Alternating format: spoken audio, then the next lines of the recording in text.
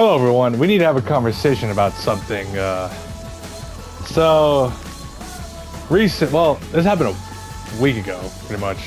But we all know that at this point, Heihachi Mishima is back for Tekken 8, and we also know that Bison is back also for Street Fighter 6. That was announced a month and a half ago, or more than that, but 2 months ago, pretty much. But anyway, so we need to have a conversation. So it's about fighting game bosses slash villains, all that, and about their deaths. Are they meaningless? Like, are their deaths pretty much like meaningless at this point? You know, pretty much all the games, like for example, like Tekken 7 with Heihachi and Street Fighter 5 with Bison, or not just those games specifically, but previous games. You know, are their deaths pretty much meaningless? Yeah, I'm not even gonna lie. Yeah, they are.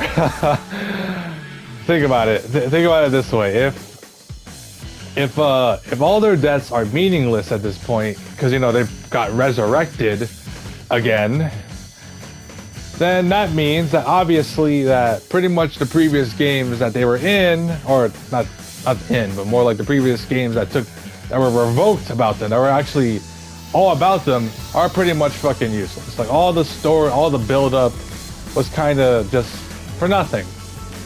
Like, you know, Kazuya versus, you know, Heihachi, Ryu versus Bison. What's next? Fatal Fury? Is Geese Howard gonna come back? Which I won't lie, I feel like that would happen. Geese Howard being brought back? That would not be shocking to me. So, because what, in Mark of the Wolves, he just fucking fell down off a building from Terry, and it's just all of a sudden, you know, oh, I got resurrected by the Jin Scrolls or some shit. I don't know, that's a possibility. But to talk about all these deaths,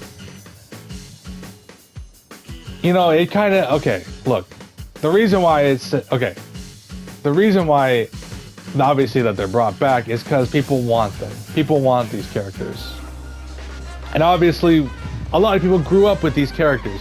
No one can really replace Bison or fucking Heihachi or Geese Howard. No one can replace them.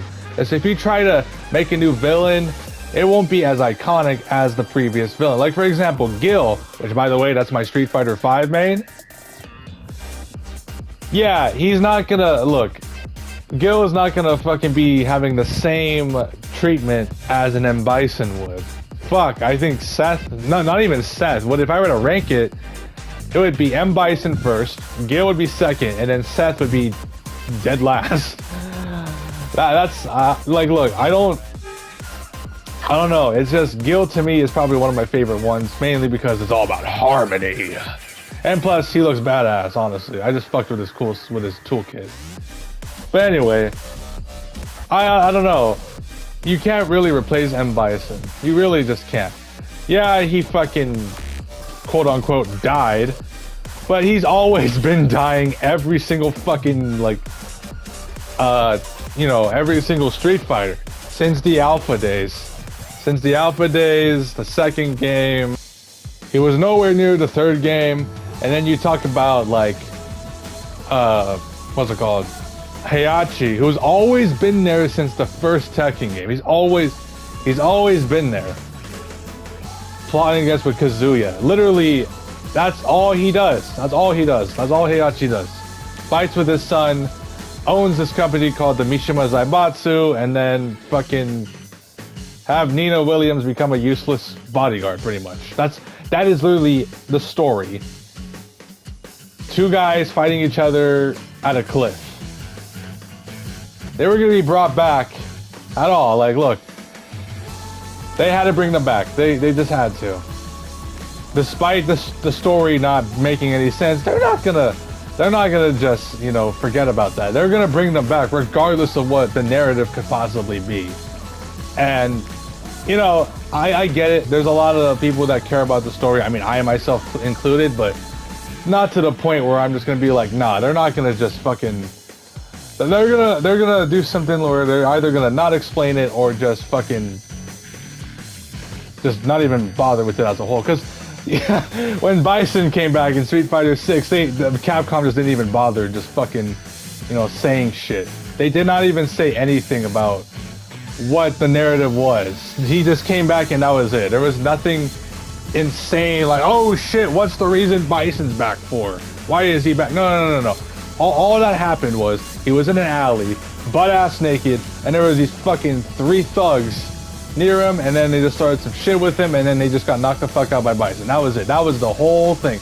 And then bothering with Jury, yes. That became Jury and, fucking got her to be involved again, but that's besides the point. Capcom and Bandai are not gonna just have these characters just not be around. This is literally the definitive way to get them, to like be as DLC. And guess what? People were hyped as fuck to see Heihachi. People were hyped as fuck to see Bison. People were starting to play more Street Fighter, more Tekken now. So, with all of this being said, it was a necessary situation. I won't lie, it is. It's a necessary type of balance, if you may say. It was necessary to do. It may suck that,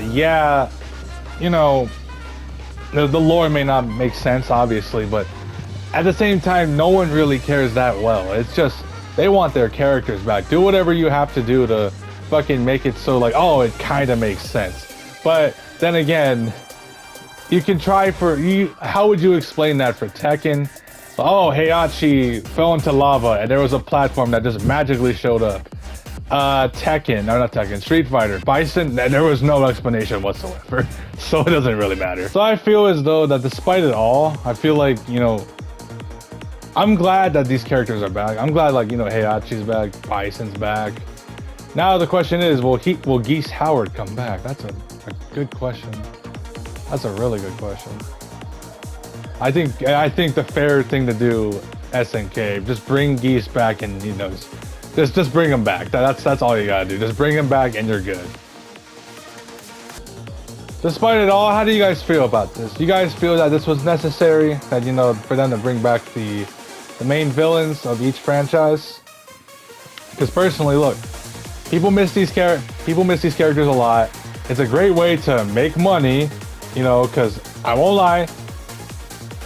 Despite Harada saying fuck, like Heihachi is dead. Heihachi Mishima is completely dead. Despite that though, it's like, despite the fact that he said, oh, he's dead, fans miss him. I saw how much hype that Evo announcement created. It made so many fans happy of Heihachi coming back that it was just amazing. So many people are happy to see him back. Yes, there's some people that say that, that aside from that they should have just stayed dead. Well, look, they can't really die. It's like I said, it's pretty much meaningless at this point. They die and they come back. They all come back regardless. Like Heihachi is just built different. That guy dies so many times off of cliffs, lava. This guy is built for not dying at all. And then Bison, I mean, there's a good reason why he doesn't die at all, because of psycho power. Psycho power is like in the name. That guy grabs like so many hosts of bodies to generate a new body in case he dies. Obviously, he still uses like the other Bison body. He uses like a whole different M Bison body instead of like a whole different bodysuit, like Ed or some shit, or fucking even Cammy. But then again, she has left Shadaloo. It wouldn't work with her at this point. She's a staple. But still, my point is, you can't really kill them off. You really just can't. Despite narrative, despite the fact that, they were supposedly dead, they just can't kill them off. Look, this definitely helps a lot with player bases. It's definitely going to boost, like, hey, more people are going to play the game now because, said character is back. So, that definitely helps. And for me, I don't play the fighting game bosses too much. I don't play like Bison a lot. I don't play Heihachi or Geese Howard. I don't, but I know a lot of fans would be happy seeing him back, and despite it all, you know, I'm glad for the player base to be happy. You know, I'm glad that, you know, through it all, you know, they finally have their character back. They finally have something to work with in the game, because obviously, you know, it's their main character. Like if my main character was someone like Bison and he wasn't there on the base roster, I'd be completely like annoyed. But since he's here, you know, I can play the character. I'm just using myself as an example. But the same thing can be said about Heihachi. He's back. A lot of people are going to play more Tekken 8 now because he's back. So with that being said, it's a good way to say, hey, everyone's going to be able to play the game now, or more players are going to buy said game. So they're just too iconic. They're iconic as hell. You can't take away Heihachi, you can't take away Bison or Geese Howard. They're gonna come back. They're gonna come back regardless, whether people like it or not. And that's just how it is.